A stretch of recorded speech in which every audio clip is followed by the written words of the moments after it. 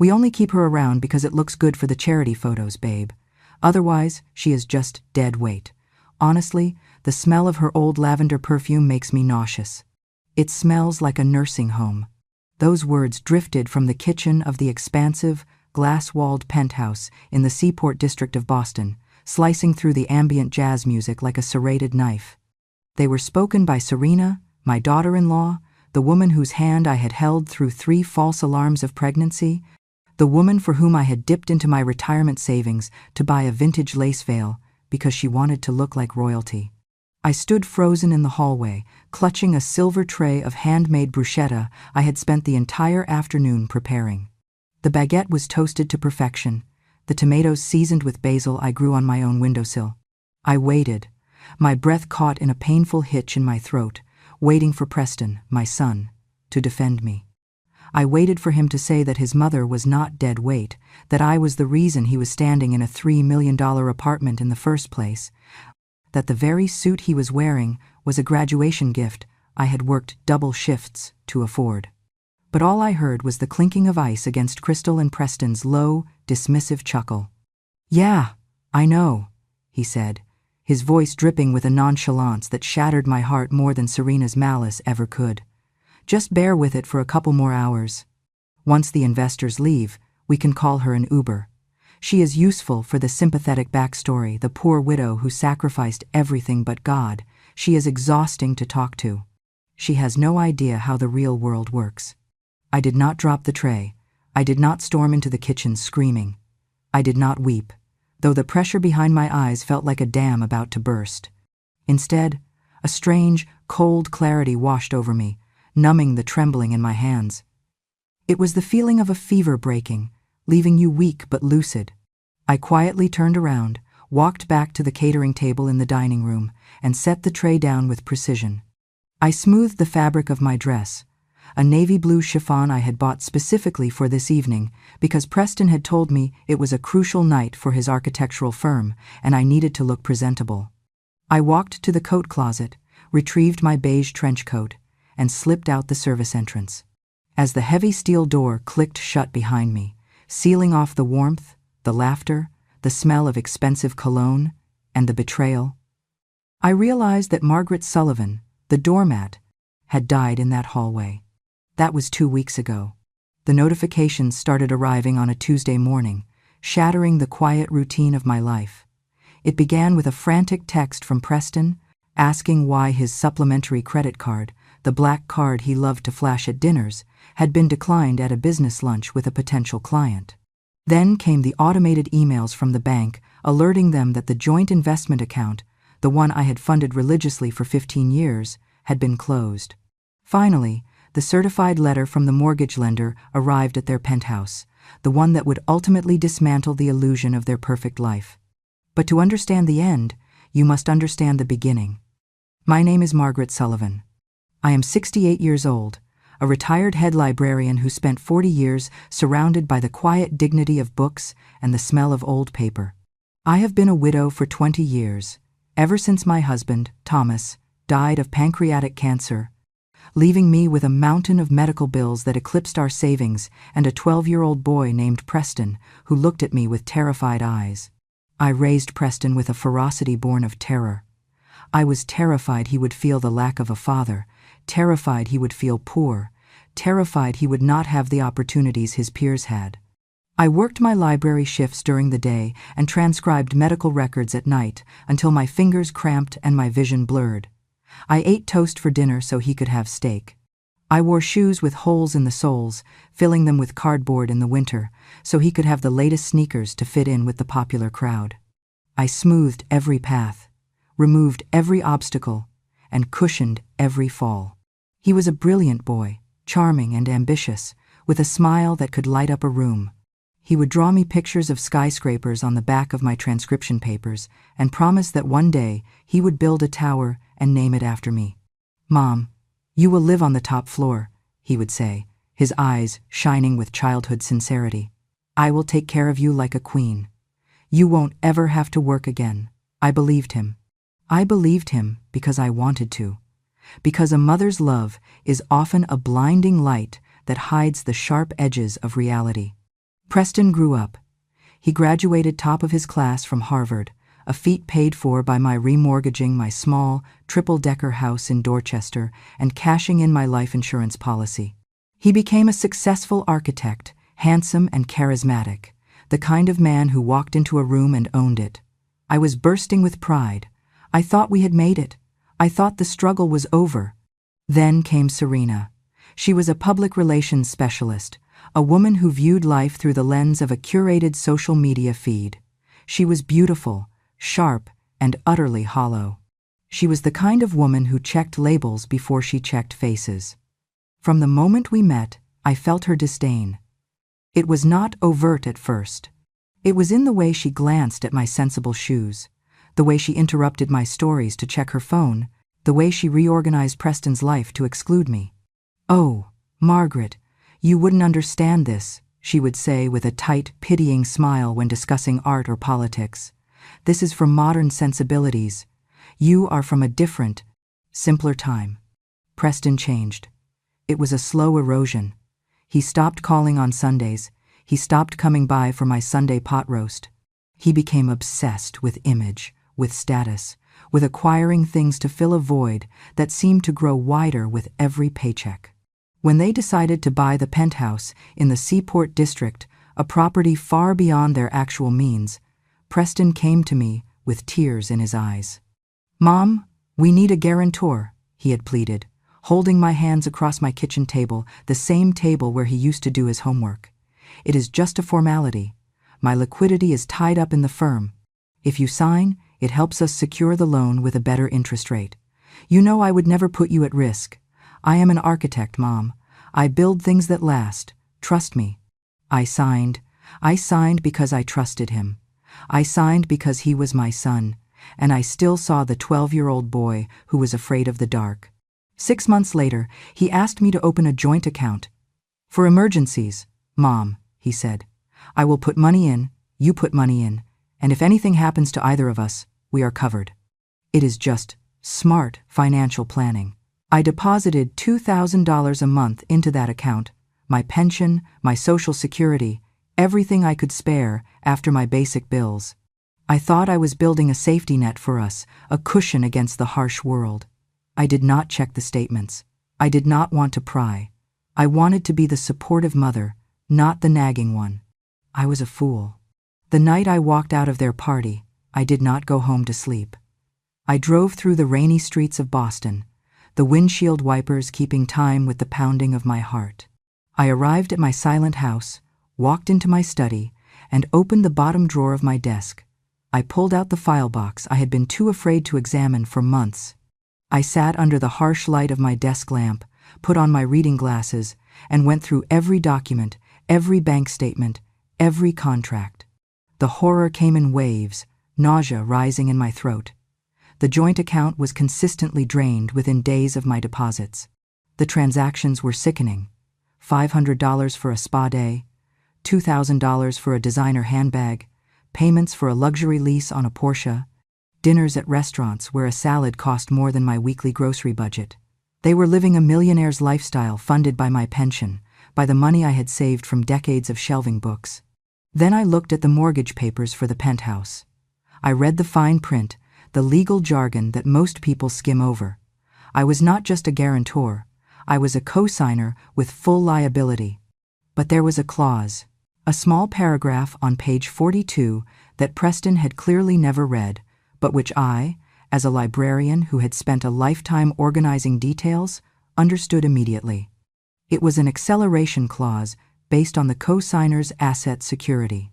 It stated that, if the co-signer felt their financial stability was being compromised by the primary borrower's actions, or if there was a breach of trust regarding the collateral, they could petition for the loan to be recalled or the asset to be liquidated to satisfy the debt. I sat there until dawn. The papers spread out around me like the debris of a plane crash. I drank cup after cup of black coffee, watching the sun rise over the triple-decker houses of my neighborhood, watching the world wake up while my world had ended. I felt a profound grief, a mourning for the son I thought I had. But beneath the grief, a spine of steel was forming. My mother, Rose, had been a seamstress who raised 3 daughters alone during the Great Depression. She used to tell me, "Margaret, you can offer someone the shirt off your back, but you never let them skin you alive." I had let them skin me alive, but the flaying stopped today. At 9 in the morning, I called Arthur Penhaligon. Arthur was an estate attorney who had been a patron of my library for years. He was a shark in a tweed suit, a man who knew the law better than he knew his own children, but who had a soft spot for rare books and justice. "Arthur," I said when he picked up, my voice raspy from lack of sleep, "I need an appointment, immediately. I have been the victim of financial abuse, and I intend to scorch the earth." I met Arthur at his office at noon. The mahogany desk between us felt like a barricade. I laid everything out. The transcripts of the insults I had overheard, which I had written down verbatim, the bank statements showing the theft of my pension, the mortgage documents. Arthur listened in silence, his face unreadable, his pen scratching notes on a yellow legal pad. When I finished, he took off his glasses and cleaned them slowly with a silk cloth. "Margaret," he said, his voice low and dangerous, "what you are describing regarding the joint account is essentially theft by deception, though difficult to prosecute criminally since his name is on the account.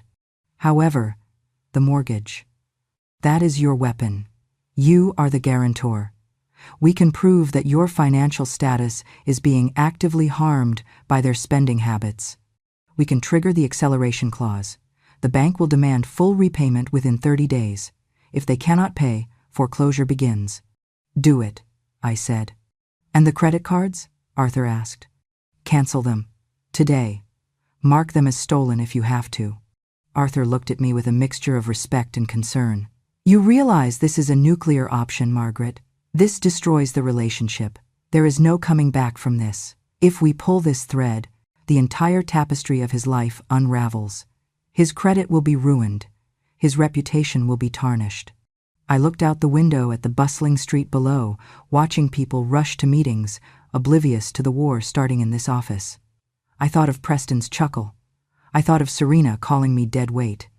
I thought of the shoes with holes in the soles I wore so he could have Nikes.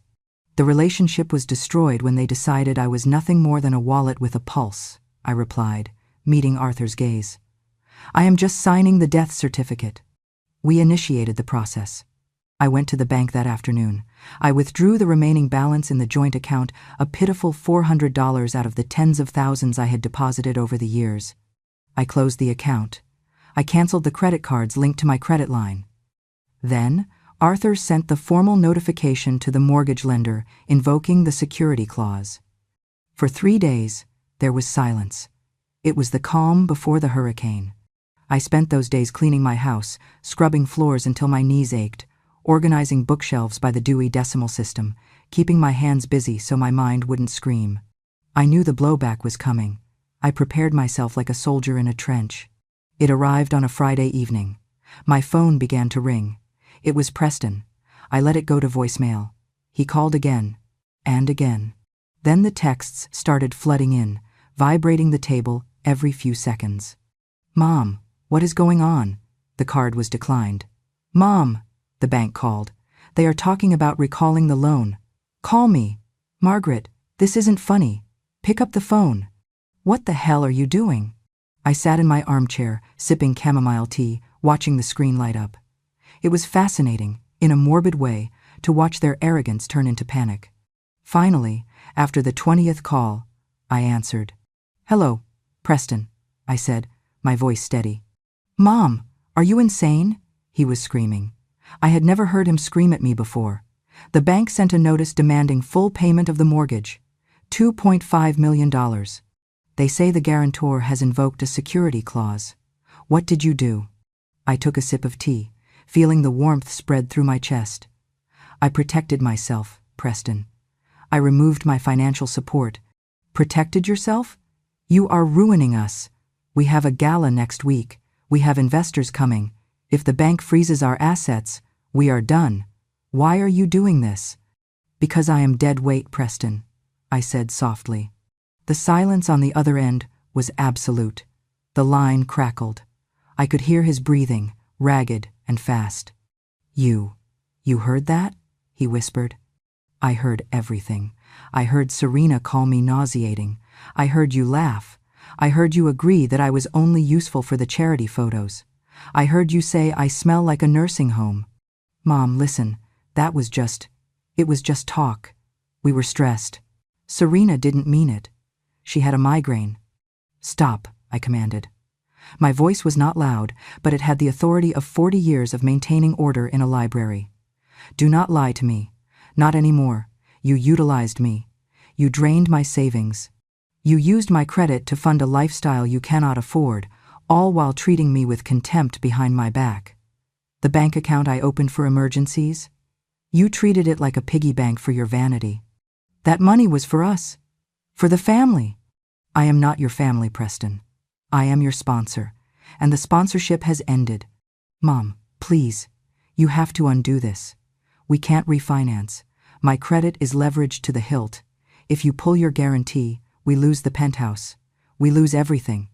Then perhaps you should have thought about that before you bit the hand that fed you, I said. You have 30 days, Preston. I suggest you start packing. I hung up. Then I turned off my phone. The next morning, I woke up feeling a strange sensation. It was not happiness, but it was relief. The heavy cloak of anxiety I had worn for years, worrying about their approval, worrying about their finances, worrying if I was good enough, was gone. I began to make plans. I owned my triple-decker house in Dorchester outright. It was too big for me. It was filled with ghosts of a past life. I had held on to it because Preston had said he wanted to keep it in the family, another lie to keep me tethered. I called a real estate agent I knew. I want to sell, I told her. Fast. Cash offers only. Within a week, I had an offer. A developer wanted the land. It was a substantial sum, enough to buy a small cottage on the coast of Maine and still have plenty left over for a comfortable retirement. I signed the preliminary papers without a second thought. During that week, Preston and Serena escalated their war. They showed up at my door on a Tuesday night. I watched them through the peephole, Preston looking disheveled, his eyes wild, Serena looking furious, her perfect makeup smeared. I did not open the door. They pounded on the wood. They shouted, "Open the door, Margaret! You can't do this!" Serena screamed. It was a primal, ugly sound. The neighbors began to look out their windows. Mrs. Higgins across the street stepped onto her porch.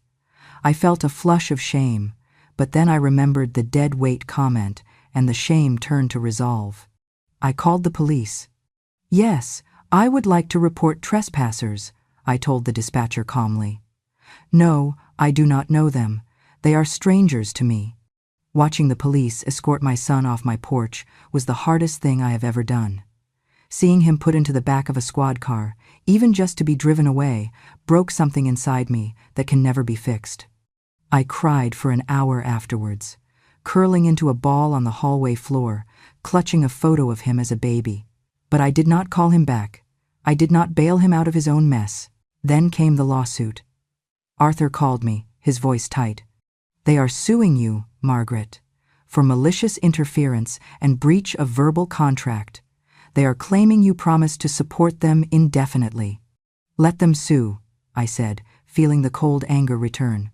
"They have no money for lawyers. They are bluffing." They were bluffing, but they were desperate. They launched a smear campaign on social media. Serena posted long, tearful videos, claiming her cruel mother-in-law was throwing them out on the street, out of jealousy. She claimed I was senile, that I was mentally unstable, that I was trying to control their marriage. I didn't respond. I didn't engage. I simply forwarded the links to Arthur, who added them to our file for a potential defamation countersuit. I let them scream into the void while I quietly packed my boxes. The 30-day deadline approached. The bank was not bluffing. The foreclosure notice was posted on the door of their penthouse. It was public record. The local business journals picked up the story. "Rising architect in financial ruin," the headlines read. Preston's investors pulled out. His firm, built on a foundation of debt and image, began to crumble. 3 days before the eviction, my phone rang. It was a number I didn't recognize with an Ohio area code. "Mrs. Sullivan?" a timid voice asked. "Yes?" This is Sylvia, Serena's mother. I stiffened. I had met Sylvia only a handful of times at the wedding. She was a quiet, nervous woman who wore department store clothes and apologized for everything. Serena rarely spoke of her, embarrassed by her mother's working-class background. I have nothing to say to you, Sylvia, I said, preparing to hang up. Please, don't hang up, she pleaded. Her voice was trembling. I am not calling to ask you to change your mind. I am calling to apologize. I paused, my hand hovering over the end call button. Excuse me? I raised her, Sylvia said, her voice cracking with emotion. I raised Serena to value the wrong things. I thought if I pushed her to be successful, if I taught her to marry up, she wouldn't have to struggle like I did cleaning houses. But I created a monster. She called me yesterday, demanding I mortgage my house to save them. She screamed at me, she called me useless, she said I owed her. I closed my eyes, recognizing the pain in her voice. It was the universal language of mothers who had given too much and received nothing but scorn. I am so sorry, Sylvia, I whispered. I know what they did to you, Sylvia continued. I know about the money. I know about the insults. You are right to do what you are doing. I wanted one mother to tell another that you are not the villain here, no matter what they say on the internet. You are a survivor. Thank you, Sylvia, I said, my throat tight. That means a great deal coming from you. She has to learn, Sylvia said, sounding incredibly tired. Maybe hitting rock bottom is the only way she will ever become a human being again. Or maybe she won't. But we can't save them from themselves anymore. We hung up. That conversation was the closure I didn't know I needed. It validated that this wasn't just my bitterness. It was an objective reality. We had raised children who viewed us as resources, not people, and the extraction had to stop. The day of the foreclosure, I was already in Maine. I had bought a small, yellow cottage overlooking a rocky bay. It was miles away from the city, miles away from the pretension. It had a garden overrun with hydrangeas and a fireplace that smelled of cedar. I was unpacking my books, placing them on the shelves, when Arthur called. It is done, he said. The bank has taken possession of the penthouse. They were escorted out by the sheriff this morning. It was not a dignified exit. Where will they go? I asked. The question was involuntary, a reflex of the mother I used to be. I believe they are staying at a motel in Revere, Arthur said. Preston has filed for bankruptcy. His firm is dissolving. His car has been repossessed. I sat down on a box of books. I looked out the window at the gray ocean churning against the rocks. I should have felt triumphant.